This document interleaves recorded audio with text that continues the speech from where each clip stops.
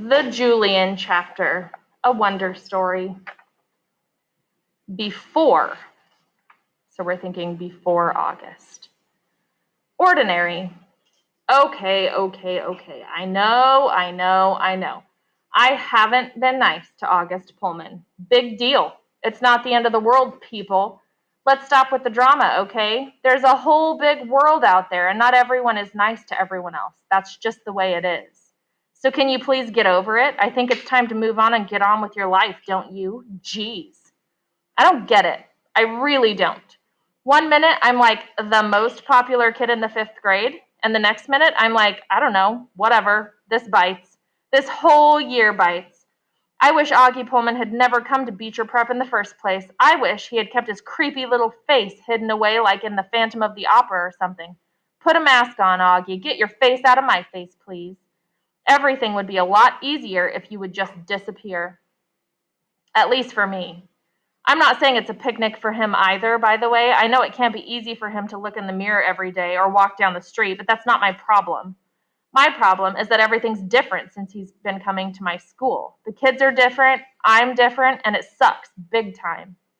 I wish everything was the way it used to be in the 4th grade. We had so much fun back then.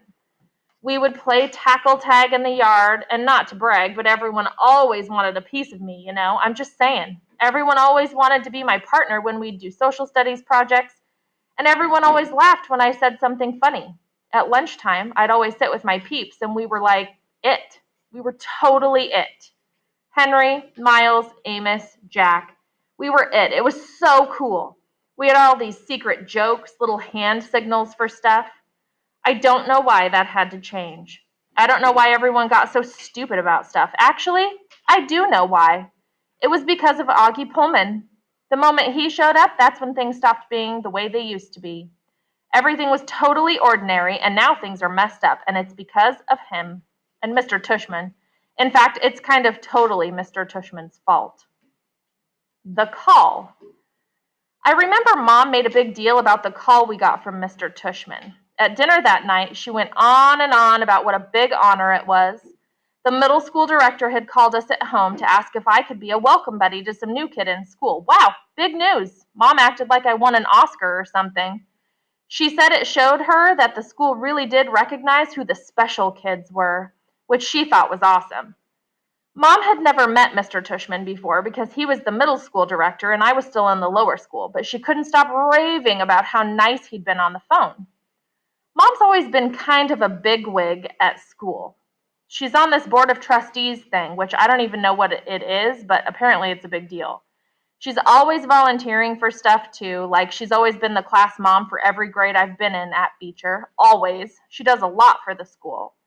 So the day I was supposed to be a welcome buddy, she dropped me off in front of the middle school. She wanted to take me inside, but I was like, Mom, it's middle school. She took the hint and drove off before I went inside. Charlotte, Cody, and Jack Will were already in the front lobby, and we said hello to each other. Jack and I did our peeps handshake, and we said hello to the security guard. Then we went up to Mr. Tushman's office. It was so weird being in the school when there was no one there.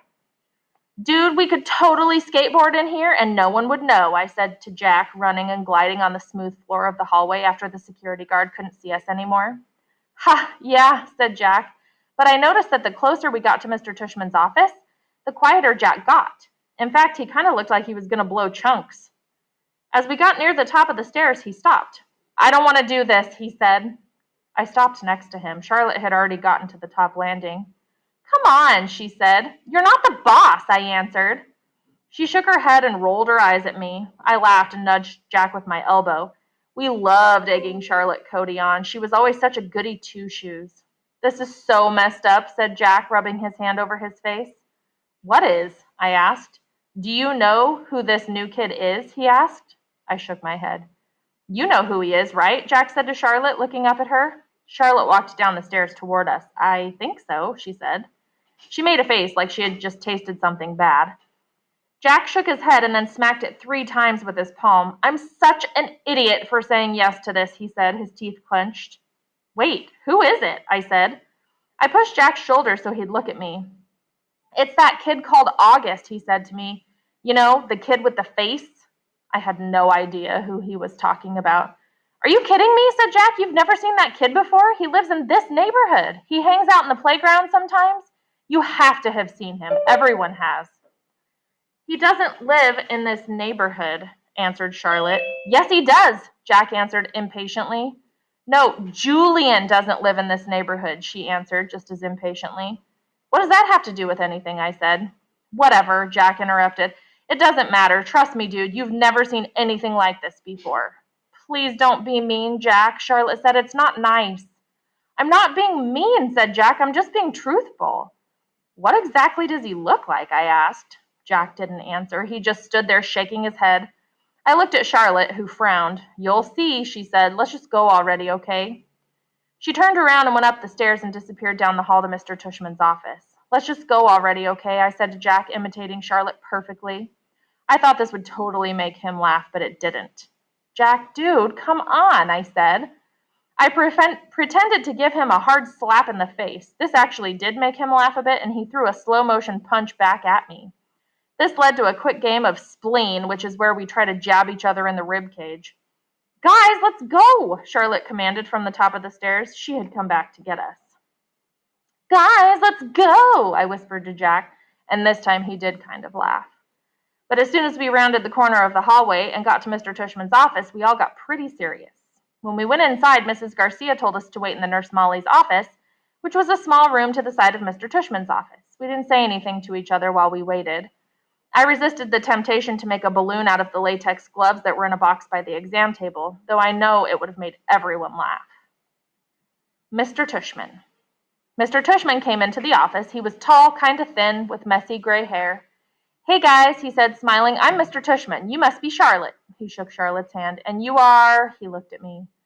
Julian, I said. Julian, he repeated, smiling. He shook my hand. And you're Jack Will, he said to Jack, and shook his hand too. He sat down on the chair next to Nurse Molly's desk. First of all, I just want to thank you guys so much for coming here today. I know it's a hot day and you probably have other stuff you want to do. How's the summer been treating you, okay? We all kind of nodded, looking at each other. How's the summer been for you? I asked him. Oh, so nice of you to ask, Julian, he answered. It's been a great summer, thank you. Though I am seriously looking forward to the fall. I hate this hot weather. He pulled his shirt. I'm so ready for the winter. All three of us were bobbing our heads up and down like doofballs at this point. I don't know why grown-ups ever bother chit-chatting with kids. It just makes us feel weird. I mean, I personally am pretty okay talking to adults, maybe because I travel a lot and I've talked to a lot of adults before, but most kids really don't like talking to grown-ups. That's just the way it is. Like if I see a parent of some friend of mine and we're not actually in school, I try to avoid eye contact so I don't have to talk to them. It's too weird. It's also really weird when you bump into a teacher outside of school. Like one time I saw my third grade teacher at a restaurant with her boyfriend and I was like, ew, I don't want to see my teacher hanging out with her boyfriend, you know? Anyway, so there we were, me, Charlotte, and Jack nodding away like total bobbleheads as Mr. Tushman went on and on about the summer. But finally, he got to the point. So guys, he said, kind of slapping his hands against his thighs, it's really nice of you to give up your afternoon to do this. In a few minutes, I'm going to introduce you to the boy who's coming to my office. And I just wanted to give you a heads up about him beforehand. I mean, I told your moms a little bit about him. Did they talk to you? Charlotte and Jack both nodded, but I shook my head. My mom just said he'd had a bunch of surgeries, I said. Well, yes, answered Mr. Tushman, but did she explain about his face? I have to say, this is the point where I started thinking, okay, what the heck am I doing here? I mean, I don't know, I said, scratching my head. I tried to think back to what Mom had told me. I hadn't really paid attention. I think most of the time she was going on and on about what an honor it was that I'd been chosen. She really didn't emphasize that there was something wrong with this kid. She said that you said the kid had a lot of scars and stuff, like he'd been in a fire? I didn't quite say that, said Mr. Tushman, raising his eyebrows. What I told your mom is that this boy has a severe craniofacial difference. Oh, right, I interrupted, because now I remembered. She did use that word. She said it was like a cleft lip or something. Mr. Tushman scrunched up his face. Well, he said, lifting his shoulders and tilting his head left and right, it's a little more than that. He got up and patted my shoulder. I'm sorry if I didn't make that clear to your mom. In any case, I don't mean to make this awkward for you. In fact, it's exactly because I don't want it to be awkward that I'm talking to you right now. I just wanted to give you a heads up that this boy definitely looks very different from other children, and that's not a secret. He knows he looks different. He was born that way. He gets that. He's a great kid, very smart, very nice. He's never gone to a regular school before because he was homeschooled, because of all of his surgeries. So that's why I just want you guys to show him around a bit, get to know him, be his welcome buddies. You can totally ask him questions if you want, talk to him normally. He's really just a normal kid with a face that, is not so normal. He looked at us and took a deep breath. Oh boy, I think I've just made you all more nervous, haven't I? We shook our heads. He rubbed his forehead. He said, one of the things you learn when you get old like me is that sometimes a new situation will come along and you'll have no idea what to do. There's no rule book that tells you how to act in every given situation in life, So what I always say is it's always better to err on the side of kindness. That's the secret. If you don't know what to do, just be kind. You can't go wrong. Which is why I asked you three to help me out here, because I had heard from your lower school teachers that you're all really nice kids. We didn't know what to say to this, so we all just kind of smiled like goobers. Just treat him like you would any kid you've just met, he said. That's all I'm trying to say, okay, guys? We nodded at the same time, now too, bobbling heads. You guys rock, he said, so relax, wait here a bit, and Mrs. Garcia will come and get you in a few minutes. He opened the door, and guys, really, thanks again for doing this. It's good karma to do good. It's a mitzvah, With that, he smiled, winked at us, and left the room. All three of us exhaled at the same time. We looked at each other, our eyes kind of wide. Okay, Jack said, I don't know what the heck karma is, and I don't know what the heck mitzvah is.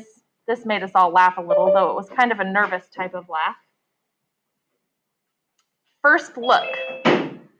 I'm not going to go into detail about the rest of what happened that day. I'm just going to point out, for the first time in his life, Jack had not exaggerated. In fact, he had done the opposite. Is there a word that means the opposite of exaggerated? Unexaggerated?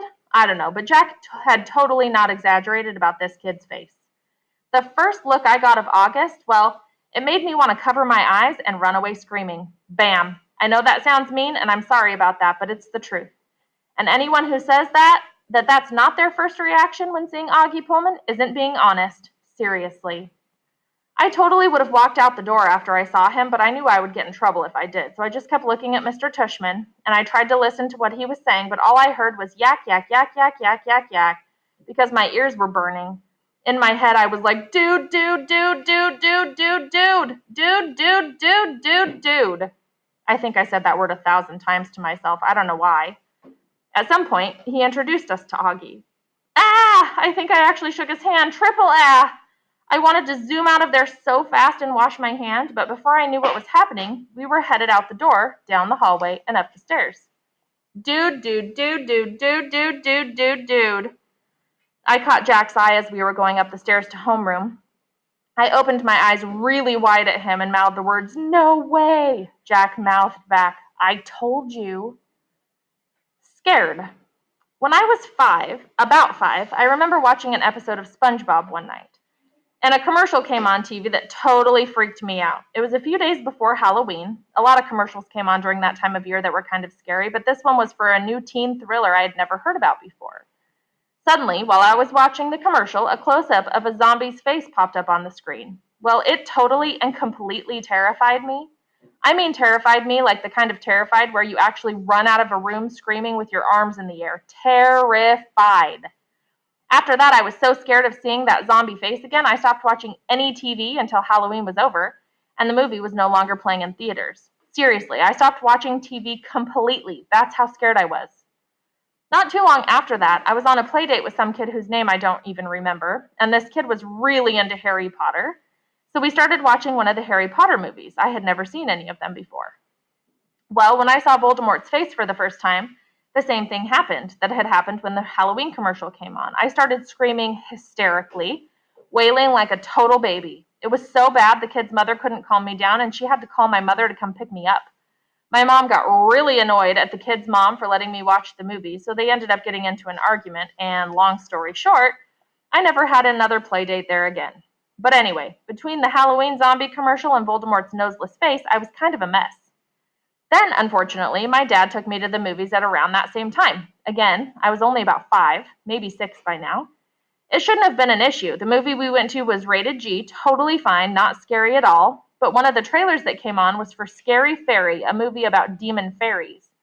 I know, fairies are so lame, and when I look back, I can't believe I was so scared of this stuff. But I freaked out at this trailer. My dad had to take me out of the theater because, yet again, I couldn't stop crying. It was so embarrassing.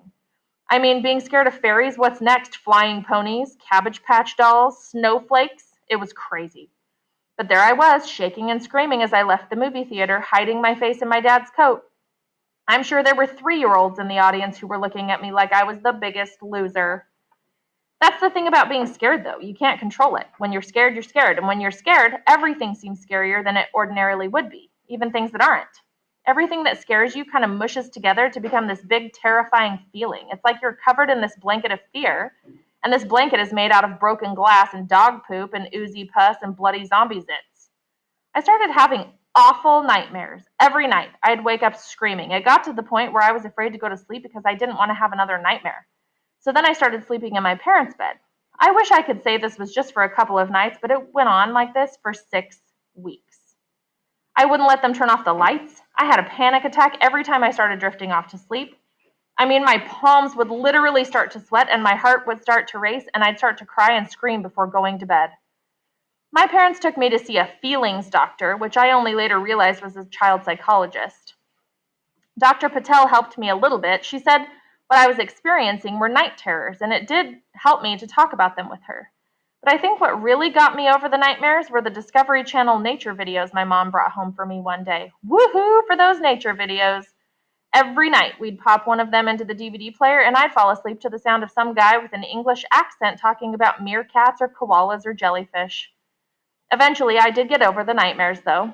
Everything went back to normal, but every once in a while, I'd have what Mom would call a minor setback. Like, for instance, although I love Star Wars now, the very first time I saw Star Wars Episode 2, which was at a birthday sleepover when I was 8, I had to text my mom to come get me at 2 a.m. because I couldn't fall asleep. Every time I'd close my eyes, Darth Sidious's face would pop in my head. It took about 3 weeks of nature videos to get over that setback, and I stopped going to sleepovers for about a year after that, too. Then, when I was 9, I saw Lord of the Rings: The Two Towers for the first time, and the same thing happened to me again, though this time it only took me about a week to get over Gollum. By the time I turned 10, though, all those nightmares had pretty much gone away. Even the fear of having a nightmare was gone by then, too. Like if I was at Henry's house and he would say, "Hey, let's watch a scary movie," my first reaction wasn't to think, "No, I might have a nightmare," which is what it used to be. My first reaction would be like, "Yeah, cool, where's the popcorn?" I finally started being able to see all kinds of movies again. I even started getting into zombie apocalypse stuff, and none of it ever bothered me. That nightmare stuff was all behind me, or at least I thought it was. But then, the night after I met Augie Pullman, I started having nightmares again. I couldn't believe it. Not just passing bad dreams, but the full-blown, heart-pounding, wake-up screaming kind of nightmares I used to have when I was a little kid. Only I wasn't a little kid anymore. I was in the 5th grade, 11 years old. This wasn't supposed to be happening to me anymore, but there I was again, watching nature videos to help me fall asleep. Class picture. I tried to describe what Augie looked like to my mom, but she didn't get it until the school pictures arrived in the mail. Up until then, she'd never really seen him. She'd been away on a business trip during the Thanksgiving Sharing Festival, so she didn't see him then. On Egyptian Museum Day, Augie's face had been covered with mummy gauze, and there hadn't been any after-school concerts yet. So the first time Mom saw Augie and finally started understanding my nightmare situation was when she opened that large envelope with my class picture in it. It was actually kind of funny. I can tell you exactly how she reacted because I was watching her as she opened it. First, she excitedly slit open the top of the envelope with a letter opener. Then she pulled out my individual portrait. She put her hand on her chest. "Oh, Julian, you look so handsome," she said. "I'm so glad you wore that tie that Grande Mère sent you." I was eating some ice cream at the kitchen table and just smiled and nodded at her. Then I watched her take the class picture out of the envelope. In lower school, every class would get its own picture taken with its own teacher, but in middle school, it's just one big group picture of the entire 5th grade. So 60 kids standing in front of the entrance to the school. 15 kids in each row, 4 rows. I was in the back row in between Amos and Henry. Mom was looking at the photo with a smile on her face. "Oh, there you are," she said when she spotted me. She continued looking at the picture with a smile on her face. "Oh my, look at how big Miles got," said Mom. "And is that Henry? He looks like he's getting a mustache. And who is—" And then she stopped talking. The smile on her face stayed frozen for a second or two, and then her face slowly transformed into a state of shock. She put the photo down and stared blankly in front of her. Then she looked at the photo again. Then she looked at me. She wasn't smiling. "This is the kid you've been talking about?" she asked me. Her voice had completely changed from the way it sounded moments before. "I told you," I answered. She looked at the picture again. "This isn't just a cleft palate." "No one ever said it was a cleft palate," I said to her. "Mr. Tushman never said that." "Yes, he did, on the phone that time." "No, Mom," I answered her. "What he said was facial issues, and you just assumed he meant cleft palate, but he never actually said cleft palate." "I could swear he said the boy had a cleft palate," she answered. "But this is so much worse than that." She really looked stunned. She couldn't stop staring at the photo. "What does he have exactly? Is he developmentally delayed? He looks like he might be." "I don't think so," I said, shrugging. "Does he talk okay?" "He kind of mumbles," I answered. "He's hard to understand sometimes." Mom put the picture down on the table and sat down. She started tapping her fingers on the table. "I'm trying to think of who his mother is," she said, shaking her head. "There are so many new parents in the school, I can't think of who it might be. Is she blonde?" "No, she has dark hair," I answered. "I see her at drop-off sometimes." "Does she look like her son?" "Oh, no, not at all," I said. I sat down next to her and picked up the picture, squinting at it so my eyes wouldn't see it too clearly. Auggie was in the front row, all the way on the left. "I told you, Mom. You didn't believe me, but I told you." "It's not that I didn't believe you," she answered defensively. "I'm just kind of surprised. I didn't realize it was this severe." "Oh, I think I know who she is, his mom. Is she very pretty, kind of exotic, has dark wavy hair?" "What?" I said, shrugging. "I don't know. She's a mom." "I think I know who she is," answered Mom, nodding to herself. "I see her on parents' night. Her husband's handsome, too." "I have no idea," I said, shaking my head. "Oh, those poor people." She put her hand over her heart. "Now you get why I've been having nightmares again," I asked her. She ran her hands through my hair. "But are you still having nightmares?" she asked. "Yes, not every night like I did for the first month of school, but yeah," I said, throwing the picture down on the tabletop. "Why did he have to come to Beecher Prep anyway?" I looked at Mom, who didn't know what to say. She started putting the picture back into the envelope. "Don't even think of putting that in my school album, by the way," I said loudly. "You should just burn it or something." "Julian," she said. Then out of the blue, I started crying. "Oh, my darling," said Mom, kind of surprised. She hugged me. "I can't help it, Mom," I said through my tears. "I hate that I have to see him every day." That night, I had the same nightmare I've been having since the start of school. I'm walking down the main hallway, and all the kids are in front of their lockers staring at me, whispering about me as I walk past them. I keep walking up the stairwell until I get to the bathroom, and then I look in the mirror. When I see myself, though, it's not me I'm seeing. It's Auggie. And then I start to scream. Photoshop. The next morning, I overheard Mom and Dad talking as they were getting ready for work. I was getting dressed for school. "They should have done more to prepare the kids," Mom said to Dad. "The school should have sent home a letter or something. I don't know." "Come on," answered Dad. "Saying what? What can they possibly say? There's a homely kid in your class? Come on." "It's much more than that. Let's not make too big a deal about it, Melissa." "You haven't seen him, Jules," said Mom. "It's quite severe. Parents should have been told. I should have been told, especially with Julian's anxiety issues." "Anxiety issues?" I yelled from my room. I ran into the bedroom. "You think I have anxiety issues?" "No, Julian," said Dad. "No one's saying that." "Mom just said that," I answered, pointing at Mom. "I just heard her say anxiety issues. What, so you guys think I have mental problems?" "No," they both said. "Just because I get nightmares?" "No," they yelled. "It's not my fault he goes to my school," I cried. "It's not my fault his face freaks me out." "Of course it's not, darling," said Mom. "No one is saying that. All I meant is that because of your history of nightmares, the school should have alerted me. Then at least I would have known better about the nightmares you're having. I would have known what triggered them." I sat down on the edge of their bed. Dad had the class picture in his hands and had obviously just been looking at it. "I hope you're planning on burning that," I said, and I wasn't joking. "No, darling," said Mom, sitting on the other side of me. "We don't need to burn anything. Look at what I've done." She picked up a different photo from the nightstand and handed it to me to look at. At first I thought it was just another copy of the class picture because it was exactly the same size as the class picture Dad had in his hands, and everything in it was exactly the same. I started to look away in disgust, but Mom pointed to a place on the photo, the place where Auggie used to be, and he was nowhere in the photo. I couldn't believe it. There was no trace of him. I looked up at Mom, who was beaming. "The magic of Photoshop," she said happily, clapping her hands. "Now you can look at this picture and not have to have your memory of 5th grade tarnished," she said. "That's so cool," I said. "How'd you do that?"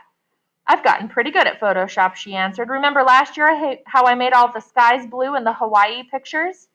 "You would never have known it rained every day," answered Dad, shaking his head.